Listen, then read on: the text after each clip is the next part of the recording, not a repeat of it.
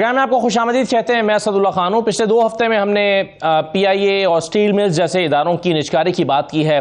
उनके सारे अकाउंट्स, आदाद शुमार आपके सामने रखे हैं। कितना खसारा है, कैसे खसारा बढ़ रहा है, कैसे पाकिस्तान की इकॉनमी पर एक बोझ बन गया है, उस पर हमने तफसील से गुफ्तगू की है। पाकिस्तान रेलवेज अगरचे पाकिस्तान की हुकूमत पाकिस्तान की जो प्राइवेटाइजेशन की लिस्ट है उसमें शामिल तो नहीं है, लेकिन इसका हाल भी PIA और दीगर उन इदारों से मुख्तलिफ नहीं है कि जो एक ज़माने से अपना बोझ खुद नहीं उठा पा रहे और पाकिस्तान की इकॉनमी पर बोझ बने हुए हैं। रेलवे को काफ़ी मरतबा इसमें रिफॉर्म्स लाने की कोशिश की गई, इस पर सब्सिडीज दी गई हैं, इसको बेल आउट पैकेजेस मिले हैं, लेकिन रेलवे है कि अपने पांव पर खड़ा नहीं हो पा रहा। इसकी वजूहात क्या हैं और ये ऐसा कैसे और कब तक चल सकता है और इसका हल क्या है, इन तमाम चीज़ों पर आज हम गुफ्तगू करेंगे। लेकिन पहले मैं आपके सामने कुछ आदाद शुमार रख देता हूँ पाकिस्तान रेलवेज के हवाले से, ताकि आपको अंदाजा हो जाए कि इस वक्त इस इदारे की माली हालत कैसी है। देखिए, सेनेट ऑफ पाकिस्तान में पेश करदा आदाद शुमार हैं, उसके मुताबिक माली साल 2014-15 से 2019-20 के दौरान 6 बरस में पाकिस्तान रेलवेज की कुल आमदन 260 अरब रुपए थी, जबकि इसी माली साल के दौरान पाकिस्तान रेलवेज के अखराजात जो थे वो 474.75 अरब रुपए थे। ये सेनेट की दस्तावेजात हमें बताती हैं। माली साल 2014-15 से 19-20 के दौरान 6 बरस में पाकिस्तान रेलवेज को इन्हीं आदाद शुमार के मुताबिक अगर हम कैलकुलेट करें तो 214 अरब रुपए मालियत का नुकसान हुआ है। 214 अरब की मालियत का नुकसान, कम वेश इतना ही नुकसान जो है वो स्टील मिल्स का भी है। तो मुख्तलिफ क्या है, फ़र्क यह है कि स्टील मिल्स बंद पड़ी है और रेलवेज किसी ना किसी से चल रहा है और उस पर मुसलसल इन्वेस्ट करना पड़ रहा है। इसी तरह से माली साल 2014-15 से 19-20 के दौरान हुकूमत ने पाकिस्तान रेलवेज को 231 अरब रुपए की सब्सिडी दी है। सब्सिडी की मद में उसको अदा किए हैं, ये हमें डॉक्यूमेंट्स बताते हैं। पाकिस्तान का जो तहकीकाती इदारा है पाइड, उसकी रिपोर्ट के मुताबिक साल 2020-21 में पाकिस्तान रेलवे को सालाना 44 अरब रुपए का खसारा हो रहा था। इसी इदारे की रिपोर्ट के मुताबिक रेलवे के पेंशनर्स की तादाद 1,20,000 है, जिन्हें सालाना पेंशन की मद में 36 अरब अदा किए जाते हैं। 36 अरब। पाइड की अप्रैल 2022 की एक और रिपोर्ट के मुताबिक रेलवे के 1,15,000 पेंशनर्स ऐसे थे जिनकी तस्दीक नहीं की गई थी। इन रिटायर्ड मुलाजमीन को हर बरस 35 अरब पेंशन की मद में दिए जा रहे थे। रेलवे मुलाजमीन को हर बरस दी जाने वाली जो पेंशन की रकम है इदारे की सालाना आमदन से ज्यादा है। इतना पैसे रेलवे कमाता नहीं है जितने की वो पेंशन अदा कर देता है। और इसी तरह से पाकिस्तान रेलवे 1965-70 में 1 करोड़ 40 लाख टन सामान उठा रही थी, जबकि 2017-18 में सिर्फ 80 लाख टन सामान की तरसील कर रही है। यानी फ्रेट ट्रेन्स का भी बुरा हाल है, ये भी पाइड की रिपोर्ट में बताया गया है। अब ऐसे में रेलवे का क्या बनेगा, रेलवे का मुस्तकबिल क्या है, इस पर हम बात करेंगे। हमारे साथ आज के प्रोग्राम में सईद अख्तर साहब मौजूद हैं, farmer GM operations, CEO Pakistan railways. बहुत शुक्रिया सईद अख्तर साहब, आपको खुशामदीद कहते हैं। आबिद सुलैही साहब हमें ज्वाइन कर रहे हैं, एग्जीक्यूटिव डायरेक्टर SDPI। आबिद सुलैही साहब, आपको भी खुशामदीद। और खुर्रम शहजाद साहब हमारे साथ मौजूद हैं, आप माहिर मुआशियात हैं। खुर्रम साहब, आपको भी खुशामदीद कहते हैं। सईद अख्तर साहब, आखिर रेलवे का मसला क्या है? हमने सारे आदाद शुमार रखे हैं आवाम के सामने, आपके इल्म में तो पहले से हैं। अब प्रॉब्लम क्या है? रेलवे को इतना इन्वेस्ट करने के बावजूद, इसको बार बार इसकी मदद करने के बावजूद, इसको सब्सिडी दिए जाने के बावजूद चल क्यों नहीं पा रहा, ये अपने पैरों पर खड़ा क्यों नहीं हो रहा? बिस्मिल्लाहिर्रहमानिर्रहीम। बड़ा आपका पर्टिनेंट क्वेश्चन है जी, और ये बड़ा सोचना बड़ा ज़रूरी है कि ऐसा क्यों नहीं हो रहा है। कौमी अदारा जिसको गवर्नमेंट को या पाकिस्तान को सपोर्ट करना चाहिए, वो एक बोझ बन के रह गया है। अब इसमें थोड़ा सा हमें देखना पड़ेगा कि ब्रॉडली वजूहात क्या हैं। अगर हम थोड़ा सा देखें, हिस्ट्री में जाए पीछे, तो 1970 से पहले ये प्रॉफिटेबल था। उसके बाद फिर ये माइनस पे जाना शुरू हुआ और फिर कॉन्टीन्यूसली तकरीबन डिक्लाइनिंग ही है और हर साल खसारा बढ़ते चल जा रहा है, एक्सेप्ट फ्यू मोमेंट्स जब थोड़ा सा बराबर आया, इक्वल हुआ, लेकिन फिर खसारा बढ़ रहा है। अब इसमें there are various reason, not a single reason, पर एक जो मैं 2-3 जो मैं समझता हूँ मेजर रीजन्स हैं, वो ये है कि 70 से पहले railway was a monopoly in transport sector. Road sector develop नहीं था, और रोड सेक्टर डेवलप होना शुरू हुआ जब रोड सेक्टर की डिरेगुलेशन हुई और रोड सेक्टर फैलना शुरू हुआ। और लेकिन at the same time railway को कंपटीशन पहली दफ़ा आया 70 के बाद, और जब कंपटीशन आया तो हम एज मैनेजर्स, हम जो पाकिस्तान रेलवे के हम कहलाते हैं किसी भी शक्ल में, हम शायद उसको रियलाइज़ नहीं कर सके, हमने अप्रिशिएट नहीं किया कि now we are competing the road sector. और हमें उसके लिए तैयारी करनी चाहिए थी, वो हम उसमें करने में फेल हो गए और वो नहीं कर सके। एक पहले तो वजह ये है। दूसरी इसमें एक चीज़ ये है कि railway by all parameters is a business, और बिजनेस मीन्स के business decision should be quick, rational and as soon as possible. अब उसमें हुआ यह है कि Pakistan railway is neither a corporation, not a company, it is a purely government department. Purely government department होने की वजह से इसकी ऑटोनॉमी जो होनी चाहिए एक बिजनेस ऑर्गेनाइजेशन को, वो ऑटोनॉमी इसके पास नहीं है, जो 70 से पहले थी, जब रेलवे बोर्ड एक ऑटोनमस बॉडी थी जैसे इंडिया में आज भी है। लेकिन उसके बाद जब ये 70 के बाद ये चेंजेस आनी शुरू हुई, इसमें पहले बजट रेलवे का इंडिपेंडेंट था, अपना अकाउंट्स फाइनेंस डिपार्टमेंट इंडिपेंडेंट था, तो इंडिपेंडेंट डिसीजन मेकिंग होती थी, वो ख़त्म होता चला गया। उसका रिजल्ट ये हुआ कि जो ऑटोनॉमी थी डिसीजन मेकिंग की, वो ऐसा ऐसा डाइल्यूट होती चली गई, और डाइल्यूट होती चली गई तो उसका फिर नतीजा ये भी निकलना था। चूँकि गवर्नमेंट के डिपार्टमेंट में, गवर्नमेंट डिपार्टमेंट में और गवर्नमेंट ओन ऑर्गेनाइजेशन में थोड़ा सा फ़र्क है। बीइंग गवर्नमेंट डिपार्टमेंट आपके पास फ्लेक्सिबिलिटी बड़ी कम होती है, रूल्स रेगुलेशन स्ट्रिक्टली फॉलो करने हैं, फिर उसमें किसी से पूछना है, किसी से पूछना है, प्लानिंग कमीशन है, फिनांस डिवीजन है, और डिफरेंट इदारे हैं जो एक ऊपर से एक सुपर चेक बन जाते हैं। तो डिसीजन जिस मौके पर जो डिसीजन होना चाहिए वो डिसीजन नहीं हो पाते, और रिजल्ट ये होता है कि चीज़ डिलेज होती चली जाती है। दूसरी बेसिक वजह ये है। तीसरी एक वजह जो मेन है वो इस जेन में रखें कि ये जो पार्ट है जिसको पाकिस्तान रेलवे कहते हैं, ये हिस्सा था नॉर्थ वेस्टर्न रेलवे का। इसका जो पोर्शन है जिसको हम कराची, लाहौर या we can say up to Pindi, Peshawar तक भी, ये तो कमर्शियल कह सकते हैं इसको, कि इसके ऊपर पोटेंशियल मौजूद है। 80% हमारी पॉपुलेशन ऑलमोस्ट इस कॉरिडोर में है। हमारी जो बिजनेस है, इंडस्ट्री है जी, वो ऑलमोस्ट इस कॉरिडोर में है, और इस ट्रैक की लेंथ तकरीबन 1800 किलोमीटर है। अब टोटल हमारी ट्रैक लेंथ 7000 प्लस है। 7000 प्लस में से 1800 निकाल दें तो बाकी सारा ट्रैक जो है, जिसमें आप से रिवर इंडस का राइट हैंड पे देख लें, और उसके बाद कोयटा चमन लाइन और कोयटा तफ्तान और ये वो लाइनें हैं जिनके ऊपर neither there is major population nor industry. तो वो लाइनें ऐसी हैं जिन पे आपको उतनी ट्रैफिक नहीं मिलती कि जो इसको उनकी एग्जिस्टेंस को जस्टिफाई कर सके। अब वो स्ट्रैटेजिक लाइनें हैं, हम उनको बंद भी नहीं कर सकते, लेकिन उनको सपोर्ट भी करना बड़ा ज़रूरी है। और रिजल्ट उसका क्या हुआ है कि दिन ब दिन, अच्छा रेल, अब एक चौथी चीज़ है वो है कि हमारे एसेट्स की हालत क्या हो गई है। हमारा, इसमें आपको मिसाल देता हूँ कि अगर आपका एक घर है और उसके ऊपर अपने मेंटेनेंस के लिए अगर 100 रुपया पर ईयर खर्च करना है, और आप उस पर 20 रुपये 25 रुपये खर्च करेंगे, तो ऐसा ऐसा वो ऑटोमेटिकली डेटरेट होता चला जाएगा। हमारे साथ रेलवे के साथ भी यही हुआ है कि जो इसके ऊपर इंफ्रास्ट्रक्चर पे, इसके रोलिंग स्टॉक से मुराद लोकोमोटिव और वैगन्स और कोचेज एक्सेट्रा, इसकी सिग्नलिंग है, इस पे जो मेंटेनेंस एक्सपेंसेस होने चाहिए थे वो नहीं होते रहे, क्योंकि फंडिंग गवर्नमेंट ने देनी है, बजट असेंबली ने पास करना है, कितना है कितना अवेलेबल है उस हिसाब से मिलता है, और रेलवे को कहा जाता है कि उसके अंदर ही आपने कंटेन करना है। तो और जो एसेट्स की मेंटेनेंस होनी चाहिए थी वो भी नहीं हुई, और चूंकि एसेट्स डेटरेट हो रहे हैं तो परफॉर्मेंस वो नहीं हो रही। सही है, सही डॉक्टर साहब, आपने 4 इश्यूज के एक बुनियाद बना दी है जी, आपने 4 इश्यूज हमें बता दिए और बुनियाद बना दी है डिस्कशन की। मैं ज़रा इन्हीं को लेकर आगे चलता हूँ और फिर कुछ और चीज़ें में ऐड करते हैं। मसलन फ्रेट के साथ क्या हुआ है, वो भी एक जो है वो सपोर्ट बेस थी रेलवे की, लेकिन वो भी नहीं बची है, तो उस पर भी हम आगे आते हैं। लेकिन आबिद भाई साहब, पहले तो ये बताइए कि रोड सेक्टर का हम मुकाबला नहीं कर सके और उसको रियलाइज़ नहीं कर सके, सही तख्त साहब कह रहे हैं, वक्त के साथ उसकी ज़रूरत को महसूस हम नहीं कर सके कि रोड सेक्टर डेवलप हो रहा है तो हमारी आमदन में कमी वाक़ हो जाएगी। लेकिन इसके बावजूद जो मेजर रूट्स हैं उस पर तो बहरहाल फिर भी अच्छा जो क्लाइंटेज है वो मौजूद है या पैसेंजर मौजूद है, और जो है वो रेलवे के पास अक्सर औकात तो कई महीनों में बुकिंग नहीं मिलती पैसेंजर्स को, 2-2 हफ्ते पहले से बुकिंग बंद हो जाती है। तो क्या आप समझते हैं कि ये एक ऐसा मेजर फैक्टर है कि जो उसकी आमदन में फ़र्क डाला है उसने? तो जब ये वजारत बन गई तो वहाँ पे हुकूमत के पास जो भी हुकूमत होती थी, उन वजारतों में अपने मनपसंद अफराद को अपॉइंट करने की एक लिबर्टी मिल जाती है।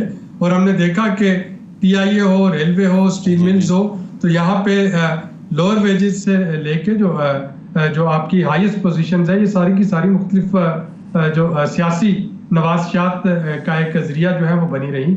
उसके बाद अगर इसमें हम थोड़ा सा जो रेलवे यूनियन किसी ज़माने में जो एक्टिव थी, बहुत पॉजिटिव रोल प्ले कर रही थी, लेकिन फिर हमने देखा कि जैसे पूरे मुल्क में ये जो लेबर यूनियंस थी, जब इनका डाउनफॉल शुरू हुआ तो वो यूनियन जो थी वो सिर्फ बारगेनिंग एजेंसी, अपने मफादात के लिए बन के रह गई, और ये वजारत के लिए और जो यूनियन के जो स्टाफ होते थे उनके लिए बड़ा आसान हो गया कि बस आप चंद में जो मंजूर नजर अफराद हैं उनको आप राजी कर लें और बाकी जो है जो मर्जी होता रहे।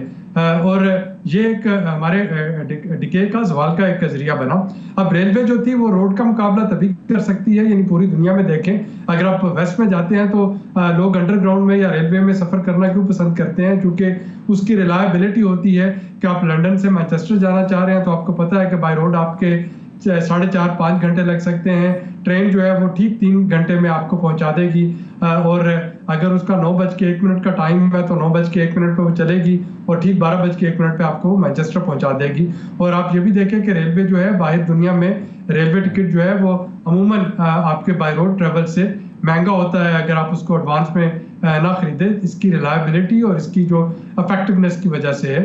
पाकिस्तान में ये दोनों चीज़ें जो हैं ये कंप्रोमाइज़ हो गई, जो उसमें तवील डिले आना शुरू हो गए, जो रेलवे के अपने, जैसा कि सईद साहब ने फरमाया कि एसेट्स को ठीक से मेंटेन नहीं किया जा सका। और जो तीसरी इंपॉर्टेंट चीज़ इसमें जो कि लोगों को जिसमें रिसेंटली रेलवे से बदल किया वो पिछले चंद सालों में आप देखें कि कितनी ट्रेन जो है वो डी ट्रैक हुई, यानी अगर आपके ट्रैक जो है उनकी प्रॉपर मेंटेनेंस नहीं है और वो हफ्ते में 2-2 दफ़ा जो है वो ट्रेन जो है वो उल्टना शुरू कर देंगी, तो जाहिर है कि वो जो सेफ्टी पॉइंट ऑफ व्यू है उसने भी लोगों को डिटर किया। और जो हमारा फ्रेट है, जाहिर है कि जब ये सारा कुछ हो रहा था तो फिर फ्रेट जो है वो अल्टरनेटिव मींस के जरिए जाना शुरू हो गया और हमने देखा कि वो सारी चीज़ें जो कि शायद बाय रोड जिनको ट्रांसपोर्ट नहीं किया जाना चाहिए था, जो डेंजरस गुड्स के, हजार्डस गुड के ज़िम्मे में आती हैं, आबादी में से उनका गुजारना, खा वो आपका ऑयल है, आपका डीजल है या और इस तरह के बहुत से केमिकल्स हैं, तो वो सारे भी अब बाय रोड आना शुरू हो गए, क्योंकि रेलवे की रिलायबिलिटी और रेलवे की सेफ्टी जो है वो बजाते खुद एक सवालिया निशान बनती चली जा रही है।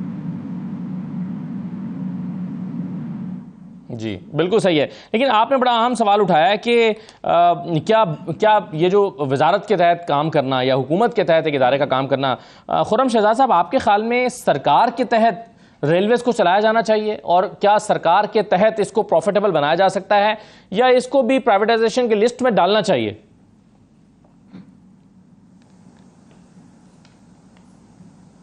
बड़े अरसे से जो है वो पूछा जा रहा है और सालों से पूछा जा रहा है कि क्या गवर्नमेंट को खुद इसमें कंटिन्यूसली जो है इन्वॉल्व होना चाहिए या फिर जो है प्राइवेटाइज करना चाहिए। तो देखें, ये डिपेंड करता है कि आपकी डायरेक्शन क्या है। देखिए, नॉर्मली होता है ये दुनिया में कि प्राइवेट सेक्टर जो है, जिसे कहते हैं public private partnership, private sector जो है पब्लिक के साथ कुछ ऐसे सेक्टर्स होते हैं, कुछ ऐसे एरियाज होते हैं जहाँ पे प्राइवेट सेक्टर पार्टिसिपेट करता है एज ज्वाइंट वेंचर पार्टनर, और उसमें ट्रांसपोर्ट सेक्टर एक बहुत बड़ा एरिया है जिसमें दुनिया भर में जेवीज होते हैं, जिसमें पब्लिक सेक्टर जो है वो बेसिक फ्रेमवर्क प्रोवाइड करता है, बेसिक इंफ्रास्ट्रक्चर प्रोवाइड करता है, और जो प्राइवेट सेक्टर होता है वो उसे रन करने में मदद देता है और एक विन विन सिचुएशन क्रिएट होती है। और हम जो है इस पे अभी भी ये सोच रहे हैं कि हमें प्राइवेटाइज करना चाहिए या गवर्नमेंट को चलाना चाहिए, जबकि आप ये देख चुके हैं कि गवर्नमेंट ही के हाथ में है। पिछले जब से पाकिस्तान रेलवेज बना है तो आज तक उसकी क्या हालत हुई है। $6 बिलियन का एक्यूमुलेटेड लॉस किया है पाकिस्तान रेलवेज ने ओवर द पीरियड। $6 बिलियन, ये रकम जो है आप समझ सकते हैं कि कहाँ लग सकती थी, इसकी अपॉर्चुनिटी कॉस्ट कितनी ज्यादा है।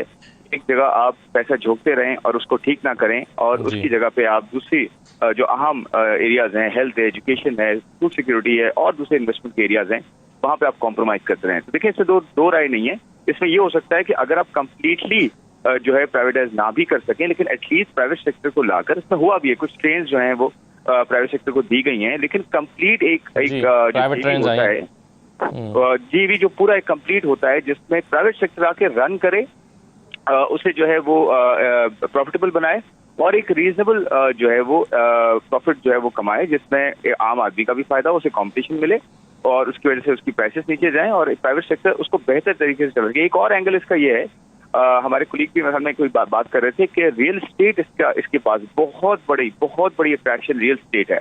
क्यों इतनी हम जाया कर रहे हैं रियल स्टेट? पाकिस्तान का कर्जा कितना ज्यादा है और रियल स्टेट देखें कितनी ज्यादा जाया हो रही है, तो हम क्यों नहीं उसे जो है किसी काम में लेकर आते हैं। एक दो तीन कंपनीज थी जिनके पास रियल स्टेट बहुत बड़ी है पाकिस्तान में। एक PTCL थी, एक जो है पाकिस्तान रेलवेज है, एक दो और कंपनीज हैं जिनके पास जो अलोंग द ट्रैक जो है बहुत बड़े लेवल पे जो है, बहुत बड़े स्केल पे रियल एस्टेट है। तो क्यों नहीं उसे हम उसको भी काम में लाते? पूरा कॉम्प्रिहेंसिव प्लान होना चाहिए इस पे।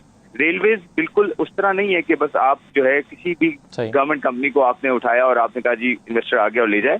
इसका प्रॉपर प्लान बनना चाहिए। ट्रांसपोर्ट सेक्टर है, बहुत क्रिटिकल सेक्टर है। आप देखें रेलवेज को नहीं चलाया गया, नहीं बनाया गया, और आप देखें रोड ट्रांसपोर्ट और दूसरी ट्रांसपोर्ट में प्राइवेट सेक्टर कितना जो है वो एक्सप्लॉइट करता है। तो क्यों ना हम इसको बेहतर करें, क्योंकि सेकंड आफ्टर सी सेकंड मोस्ट एफिशिएंट जो तरीका है ट्रांसपोर्ट का, गुड्स ट्रांसपोर्ट का खास तौर पे, वो है रेलवेज। आप देखें अभी नया जो इंडिया और मिडल ईस्ट ने मिलकर एक रूट जो बनाया है, उसके अंदर बहुत बड़ा एक लिंक जो है वो रेलवेज का है।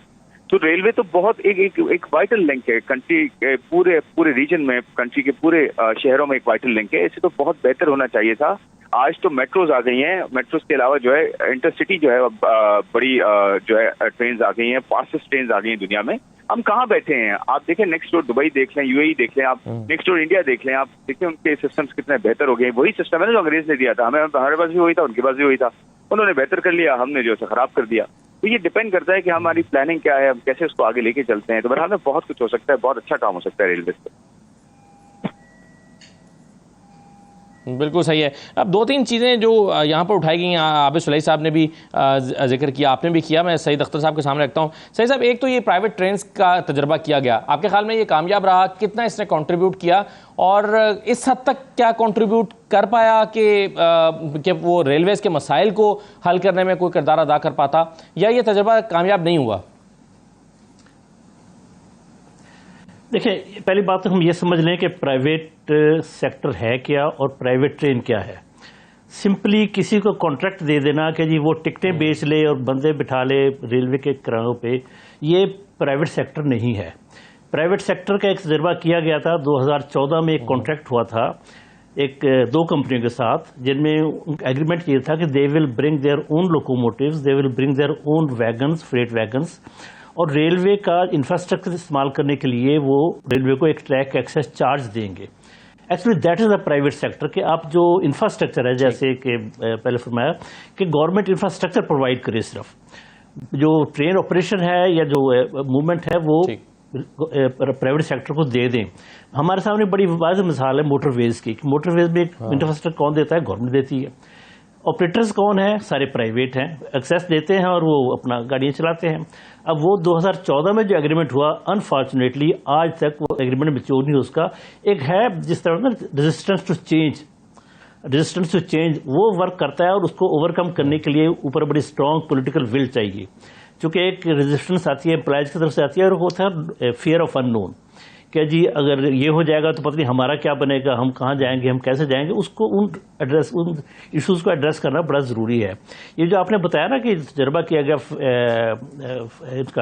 प्राइवेट सेक्टर का, एक तजर्बा हमने, वो भी पूरा प्राइवेट नहीं था, बट हमने एक बिजनेस ट्रेन चलाई थी 2010-11-12 में। मैं उस वक्त जनरल मैनेजर था।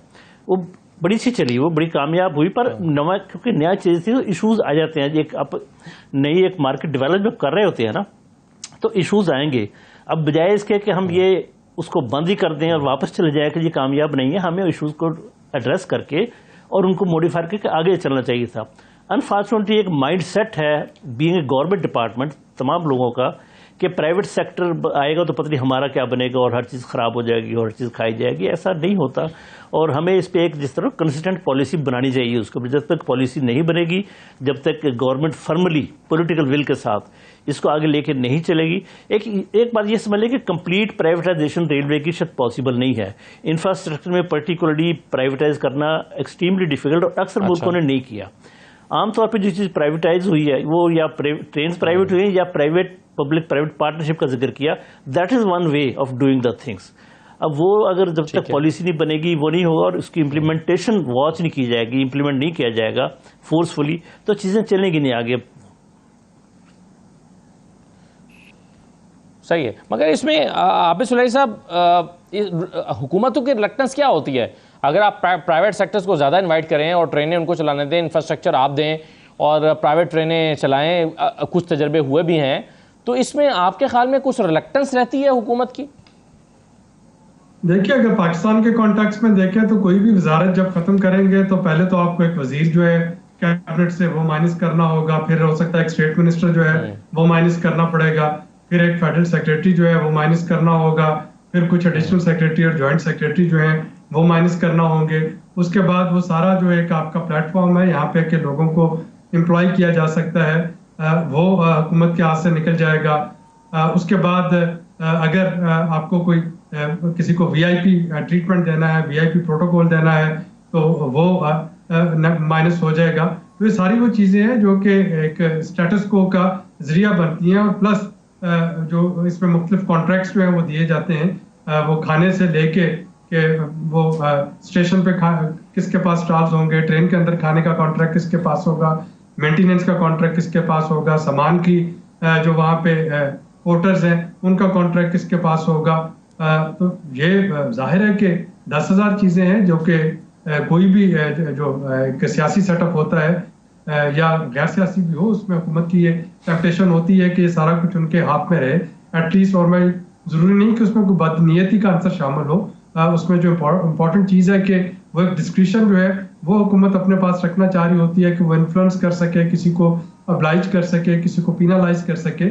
और जो ही वो मिनिस्ट्री खत्म होती है तो ये सारी चीज़ें हुकूमत के हाथ से निकल जाती हैं। तो इमेजिन करें कि क्या इस वक्त आपके जो 2-3 प्राइवेट बस सर्विसेज वाले हैं, मैं नाम नहीं लूँगा, जो लाहौर इस्लामाबाद या लाहौर कराची, तो आप उनकी वजारतें बनाना शुरू कर दें कि जी ये मिनिस्ट्री फॉर फलां बस सर्विस है और ये मिनिस्ट्री फॉर फलां बस सर्विस है, तो वो नहीं चलेगी। जाहिर है कि आपने जैसा अभी सईद अख्तर साहब ने फरमाया, आप एक इंफ्रास्ट्रक्चर देते हैं और उसके बाद प्राइवेट इन्वेस्टर जो है वो आए, और हमने देखा कि बस के सफ़र में लग्जरी बसेस का जो कॉन्सेप्ट शुरू हुआ, और अब बहुत से लोग जो हैं वो हवाई जहाज़ की बजाय शॉर्ट डिस्टेंस के लिए आपके वो प्रेफर करते हैं लग्जरी बस में जाना। तो ये कंपटीशन इसमें बढ़ता है। रेलवे में बदकिस्मती से ऐसा नहीं हो सका। फिर जो फ्रेट की जब बात आई तो हमने अल्टरनेटिव बहुत से क्वासाई पब्लिक सेक्टर में लॉजिस्टिक कंपनीज जो है उनको तो प्रमोट कर दिया, लेकिन रेलवे जो है वो इग्नोर होता रहा। तो वहाँ पे भी एक कंपटीशन जो है वो आ गया कि वो फ्रेट की वजह से ही शायद रेलवे को प्रॉफिटेबल बनाया जा सकता था, वो भी पॉसिबल नहीं हुआ।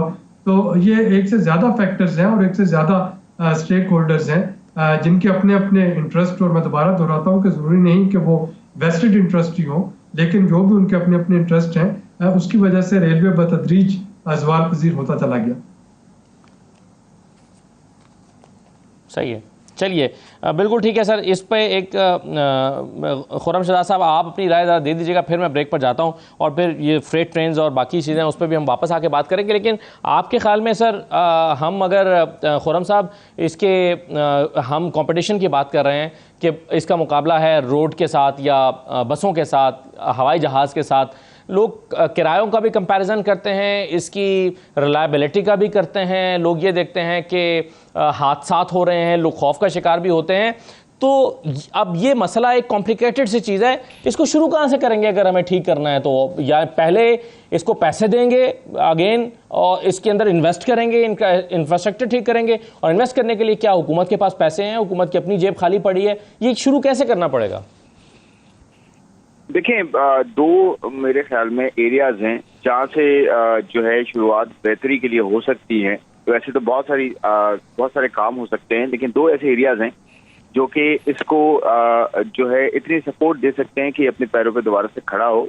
और फिर जैसे हम बात कर रहे हैं कि प्राइवेट सेक्टर जो है वो आहिस्ता आहिस्ता जो मैनेजमेंट है वो टेक ओवर करे, और जो ऑपरेशनल साइड है वो सही जो टेक्निकली स्ट्रांग लोग हैं इस सेक्टर में, ट्रांसपोर्ट में, ग्लोबली वो इसको जो है वो चलाने की कोशिश करें, चलाएं बल्कि, और फिर आगे लेके चलें। तो पहला एरिया है फ्रेट का, जो इनलैंड ट्रांसपोर्ट है बेसिकली वो रेलवेज के थ्रू बहुत एफिशिएंट होती है, क्योंकि रेलवेज जो है स्केल देता है। आप देखें ना, एक कंटेनर जाता है तो उसका आप देख लें कितना फेयर होता है, कितनी जो उसकी कॉस्ट लगती है, रोड्स पे वो चलता है।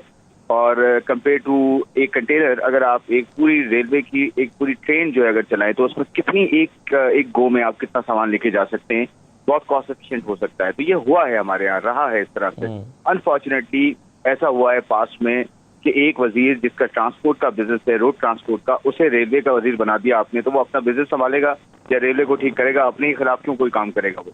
तो इस तरह के कॉन्सेप्ट हमने क्रिएट जब किए तो डेफिनेटली हालत तो खराब होनी है। तो एक इंडिपेंडेंट ऐसा जो है कोई लीडर हो जो कि आके इसको टर्न अराउंड करे और उसका कोई कॉन्फ्लिक्ट ना हो, नंबर 1। सेकेंडली मैंने कहा कि फ्रेट पे ध्यान दिया जाए, फ्रेट को प्रमोट किया जाए, क्योंकि जो रेलवे की फ्रेट है ये सेकंड, जैसे मैंने पहले कहा, मोस्ट एफिशिएंट है आफ्टर सी। ये सी तो आपको पता है कंट्री टू कंट्री होता है, लेकिन विद इन द कंट्री जो है वो रेलवे सबसे ज्यादा एफिशिएंट होता है। तो रेलवे जो है मेरे ख्याल में फ्रेट से स्टार्ट करें, फ्रेट को रिवाइव करें। तो फ्रेट को जब रिवाइव करेंगे तो ऑटोमेटिकली आपके यहाँ जो नंबर्स हैं वो बेहतर होना शुरू होंगे। जब देखें फाइनेंसेस बेहतर होना शुरू होते हैं तो सब चीजें आहिस्ता आहिस्ता शिप अप करना शुरू होती हैं। दूसरा, जैसे मैंने कहा कि फिर आप रेल स्टेट जो इसकी है उसको किसी तरह से या तो उसको किसी काम में लेकर आए या उसको आप ऑक्शन करें, वहां से आप पैसा जनरेट करें, फिर इस पर इन्वेस्ट करें। नई आप नए जो जमाने की ट्रेंड्स हैं, जो नए जो है वो जो नए तौर तरीके हैं वो इसमें इनबिल्ड करें, प्राइवेट सेक्टर को फिर लेकर आएं और प्राइवेट सेक्टर को मैनेजमेंट दें, पूरी ऑपरेशंस दें पूरे। फिर आप देखेंगे आहिस्ता आहिस्ता चीजें ठीक होना शुरू होंगी। और एक चीज सर, दो चीजें आपने खुर्रम साहब बताई हैं, एक आप फ्रेट की बात कर रहे हैं, दूसरा आप एसेट्स की बात कर रहे हैं। सर मुझे एक ब्रेक लेनी है, ये दोनों चीजें जरा सईद अख्तर साहब के सामने रख देते हैं, फिर मैं आपका अगला नुक्ता भी हम लेते हैं और उस पर डिस्कशन करते हैं। ब्रेक के बाद वापस आ रहे हैं जी।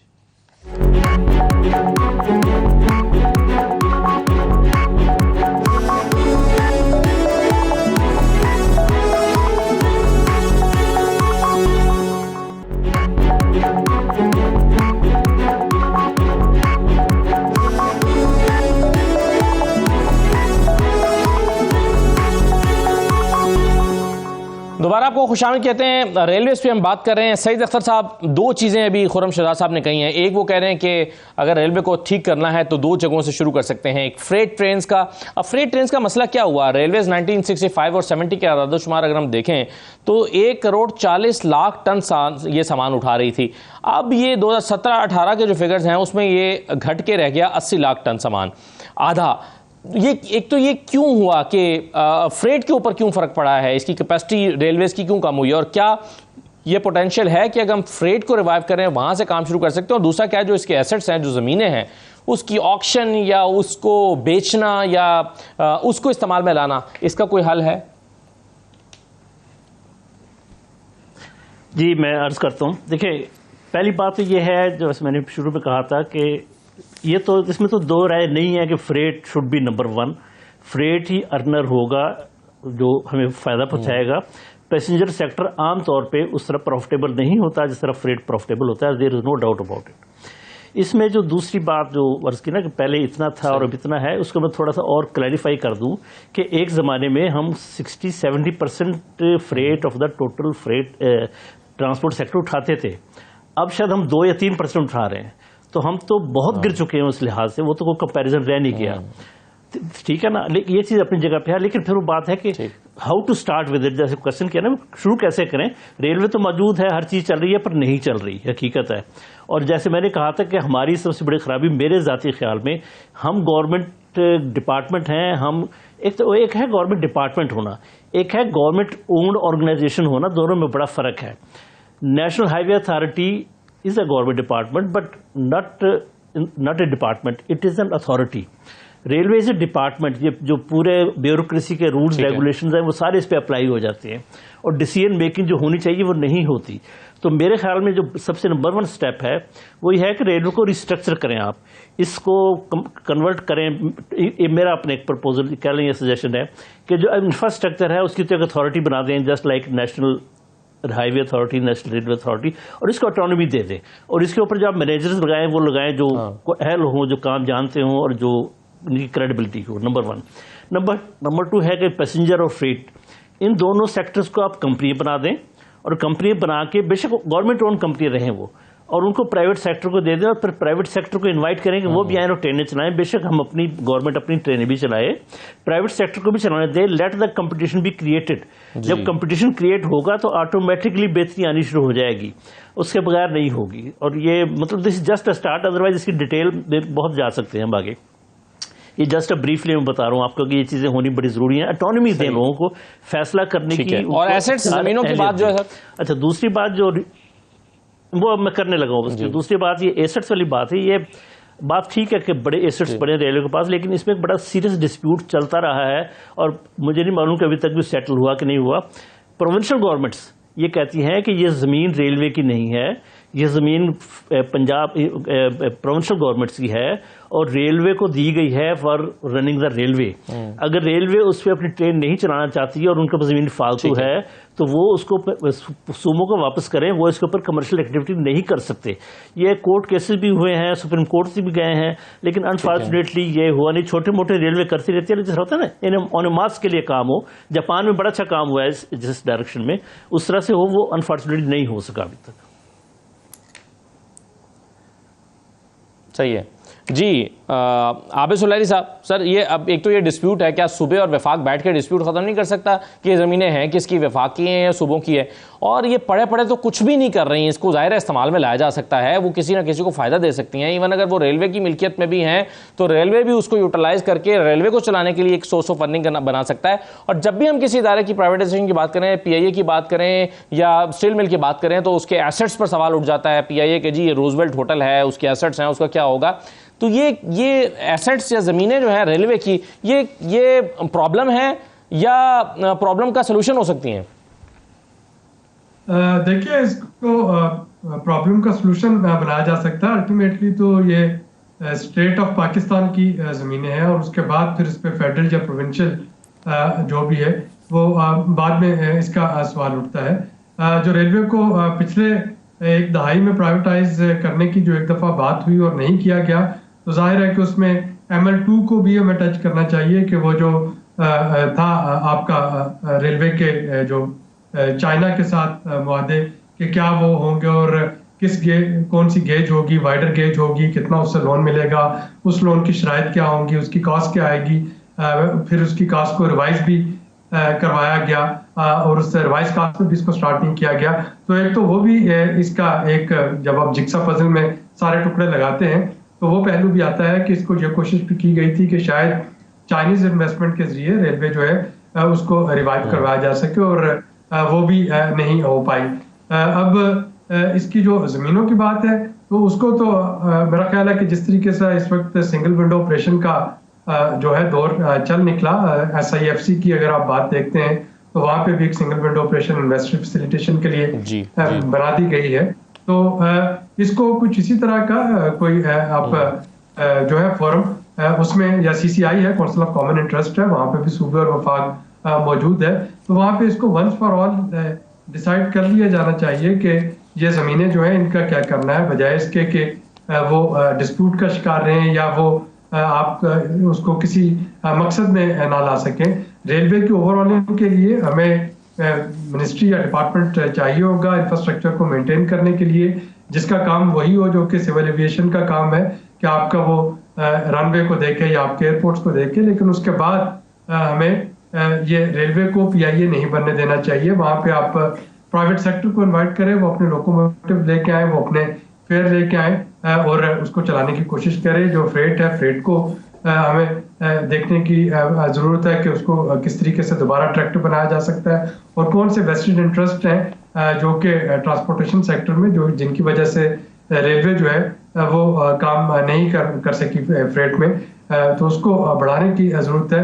अगर आप थोड़ा सा इसको आगे लेके चलते हैं और इस वक्त जो दुनिया में स्पीड ट्रेन्स का दौर चल रहा है, अगर कोई थोड़ा सा भी इंफ्रास्ट्रक्चर को मेंटेन करते हुए अगर आप लाहौर कराची या लाहौर इस्लामाबाद या लाहौर पेशावर के दरमियान एक स्पीड ट्रेन जो है वो इंट्रोड्यूस करवाते हैं, तो मेरा नहीं ख्याल कि वो नुकसानदेह सूरत हाल होगी, बल्कि आप देखेंगे कि एयरलाइंस जो है उनको मुसीबत पड़ जाएगी कि वो उस एफिशिएंट ट्रांसपोर्ट सिस्टम के साथ कैसे कम्पीट करें।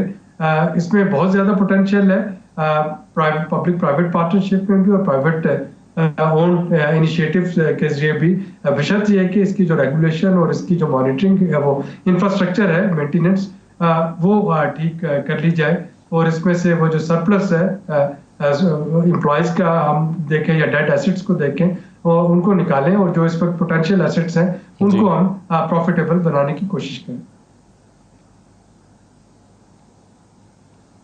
चाहिए। एक और बहुत बड़ा मसला है और वो है रेलवे के लिए या हुकूमत पाकिस्तान के लिए, वो है पेंशनर्स की जो रकम हर महीने जाती है।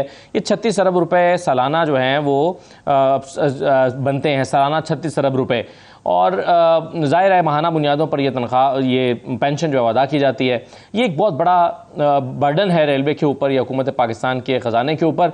अब कोई भी हुकूमत ये अनपॉपुलर फ़ैसला भी नहीं कर सकती कि वो पेंशन ख़त्म कर दे। क्या इसका कोई हल है? ये मैं एक छोटा सा ब्रेक लेकर खुर्रम शहजाद साहब से शुरू करता हूँ और फिर सईद अख्तर साहब से भी इस पर राय लेते हैं। आखिर इस मसले का हल हुकूमतों के पास कोई है भी या नहीं, या ये एक बर्डन जो है इसी तरह से कैरी करना पड़ेगा? ब्रेक के बाद वापस आते हैं।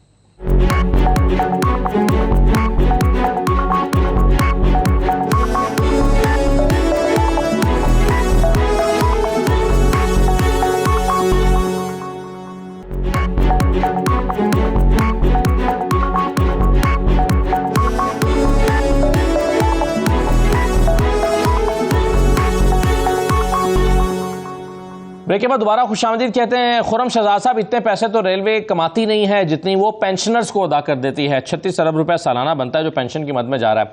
अगरचे हर हुकूमत इस पर आकर किताब खोल के बैठती है कि क्या किया जाए, कैसे हो, ये तो एक बहुत बड़ा मसला है, लेकिन ये मसला हल नहीं हो रहा। आपके ख्याल में इसका कोई सोल्यूशन है?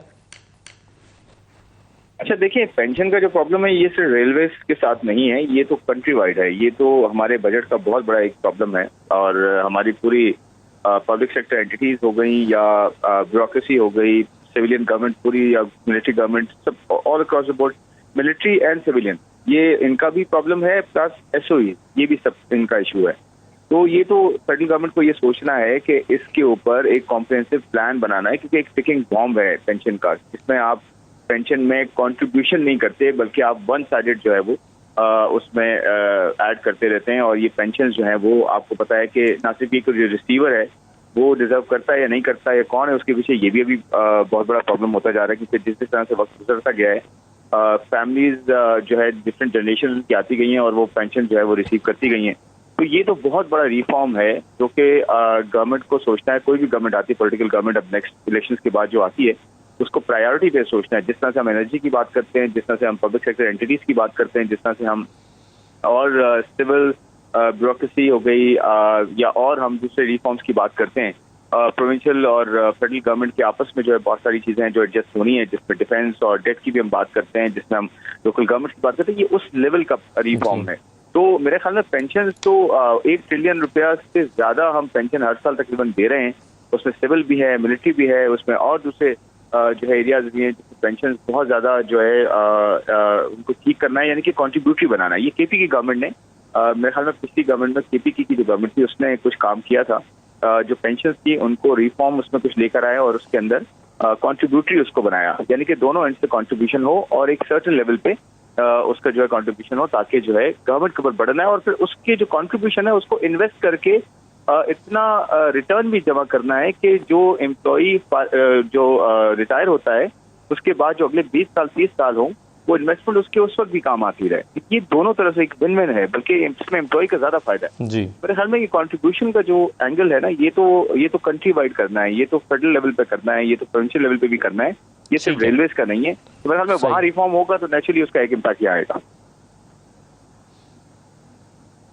सही है। सईद अख्तर साहब, आप इस मसले को कैसे देखते हैं? देखिए, ये एक तो इन्होंने बिल्कुल ठीक फरमाया जैसे किया, लेकिन इसमें रेलवे की हद तक अगर देखें हम तो ये पेंशन का मसला कभी 70s में 80s में महसूस नहीं होता था। उसकी वजह ये थी कि रेलवे की अपनी इनकम इतनी ज़्यादा थी कि pension was a small part of it. अब उसके बाद हुआ ये है कि हमारी अर्निंग तो कम होती चली गई, पेंशन बढ़ रही थी, तनख्वाहें बढ़ रही थी, कॉस्ट ऑफ लिविंग बढ़ रही थी। बेसिकली प्रॉब्लम पेंशन नहीं है, बेसिक प्रॉब्लम हमारी अर्निंग है जो कि हम कम लूज करते चले गए हैं। आज अर्निंग लेटर से रेलवे की 300-400 बिलियन पर ईयर हो रही होती तो ये 36 बिलियन तो महसूस भी ना होती आपको कोई पेंशन कोई चीज़ है। तो बेसिकली खराबी वो है कि हम कमा उतना नहीं रहे जितना हमें कमाना चाहिए, और जो हमारे खर्चे हैं पूरे कर्ज के, लोगों को तनख्वाहें नहीं मिल रही। इस वक्त हालात ये हैं अर्निंग के लोगों को तनख्वाह पूरी तरह महीना तनख्वाह नहीं मिलती उस पर। अब उसमें वो इश्यूज बेसिकली जब तक हम सर आप तो इस मसले में हम हैं ना, मैं एक मिसाल आपको आप इसको कैसे देखा जाए? ये रेलवे को जब हम देखते हैं ना, हम आमतौर पे फोकस कर जाते हैं कि ऊपर लोग अच्छे नहीं आए, मिनिस्टर्स ऐसे नहीं आए, चेयरमैन ऐसे नहीं आए। लेट अस सी कि पिछले 40 साल में 70 के बाद ये डिक्लाइन हुई है।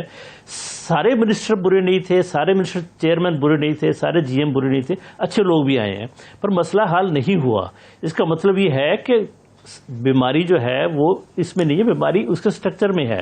हम जब तक रेलवे का स्ट्रक्चर चेंज नहीं करेंगे, जब तक हम उम्मीद ना रखें, और फ्रेट बिल्कुल ठीक है कि फ्रेट इज प्रायोरिटी, फ्रेट चलाएगा, लेकिन फ्रेट अभी चलेगा ना जब फ्रेट को ओपनिंग मिलेगी। अब हालत ये थी जब जिम था कि कराची से वैगन चलती है, लाहौर पहुंचती है, उसकी मूवमेंट का नहीं पता कहाँ पहुंच गई, बाद में 6-6 महीने लेट हो जाती है।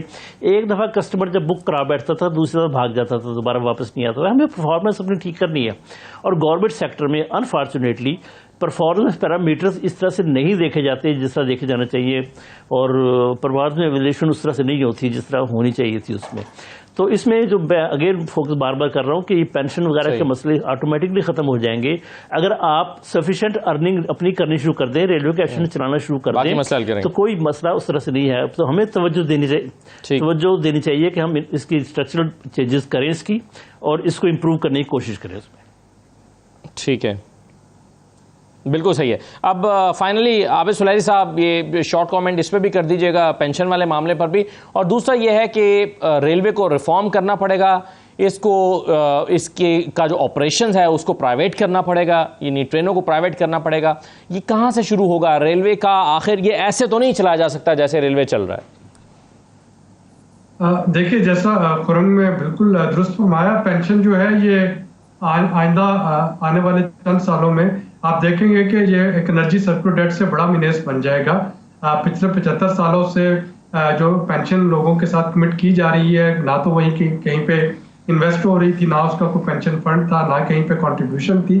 और जाहिर है कि बढ़ती हुई आबादी और बढ़ती हुई उम्र के साथ ये जो पेंशन के जो नंबर हैं ये बढ़ते चले जा रहे हैं, और इस वक्त हमें एक कॉन्ट्रीब्यूटरी पेंशन और पेंशन फंड की तरफ आना होगा, ताकि जो हमारे एम्प्लॉयज हैं, एक तो उनको अपने सर्विस का प्रॉपर रिवॉर्ड मिले, जिसको कहीं पे इन्वेस्ट हो के जिस पे प्रॉफिट मिल रहा हो, और सेकंड ये कि थोड़ा सा उनकी अपनी कंट्रीब्यूशन भी इसमें आ रही हो, हुकूमत का जो बोझ है वो कम हो रहा हो। और रेलवे जो है, railway is not an exception.